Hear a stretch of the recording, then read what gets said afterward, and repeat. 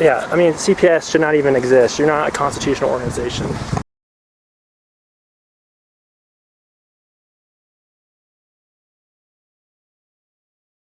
And I never really stopped to think about that. So I admit I wasn't focused on that. I wasn't paying attention to that. But it does sound like that's only part of a conversation. Okay. In fact, you'd acknowledge it that Mr. McGavin's voice stopped several times in the middle of multiple words. Yeah. Okay. But when you originally listened to this back during the open investigation, it didn't strike you as of being any note or importance? Yeah, there's 3 police cars out here. What? 3 police cars.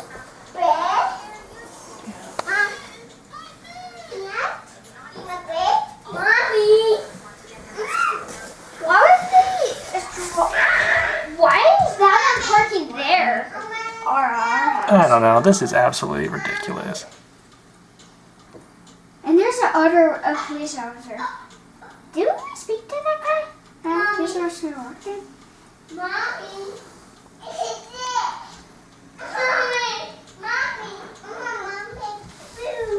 Yep, there's Annette. Why Annette? Mommy. Why do they have a net?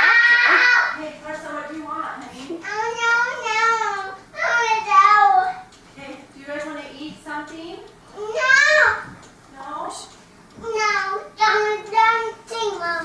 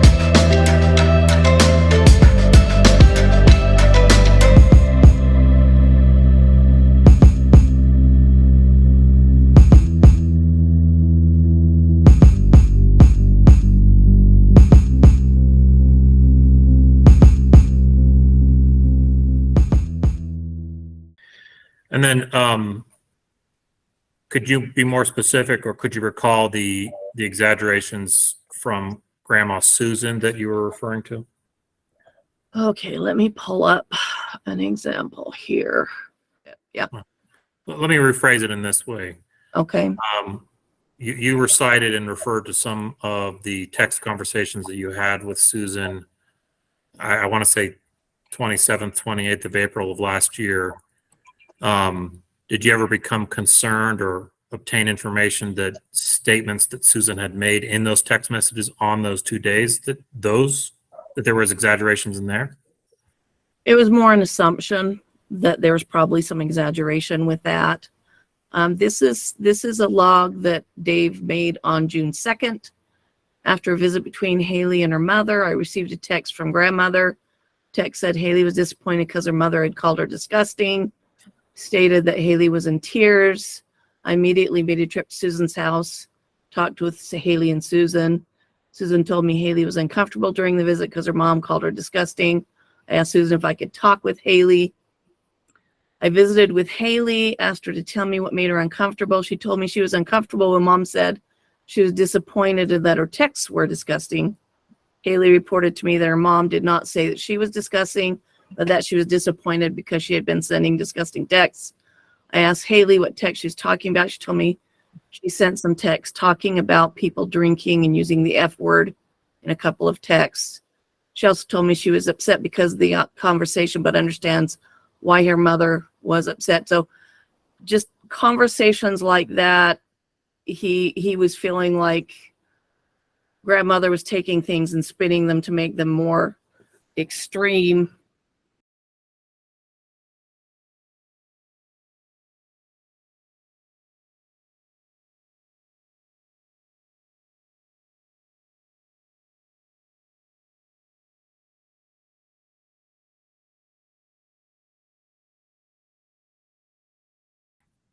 That was about 8 minutes and 52 seconds to 9 minutes and 10 seconds. That does sound like suddenly he's farther away. Okay. And did you note that he's cut off in the middle of a word that he's saying? Yeah. Okay. So these particular things hadn't struck you before when you had listened to it? No, I was mainly trying to focus on the content and not on whether there might have been a break. Okay. It makes more sense because suddenly the recording's in another room, and I never really stopped to think about that as far as like how did it get there without hearing it being set down and everything. So I admit I wasn't focused on that.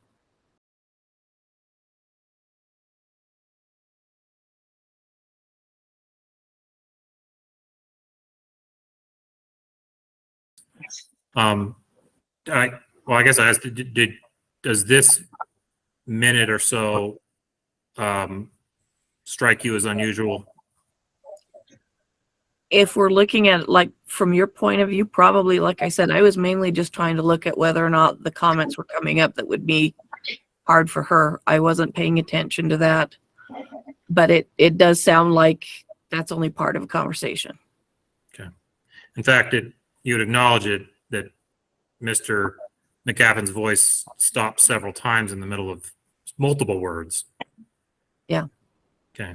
But when you originally listened to this back during the open investigation, it didn't strike you as of being any note or importance?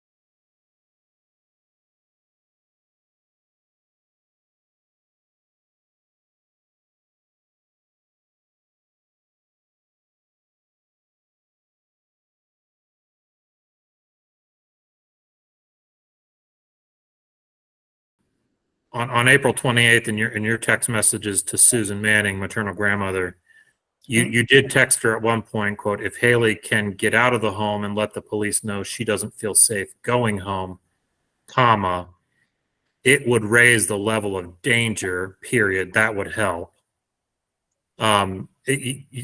That's referring to the conversation I heard. Sorry. Ask you a specific question about that. Okay. You prior to texting Susan that you had attempted to talk to Haley once prior, and that was the day before, April 27th. Yeah, I had not been able to have any contact with Haley at that point. I tried and wasn't allowed in the home. Okay. And there was only one attempt to contact her prior to you texting Susan this.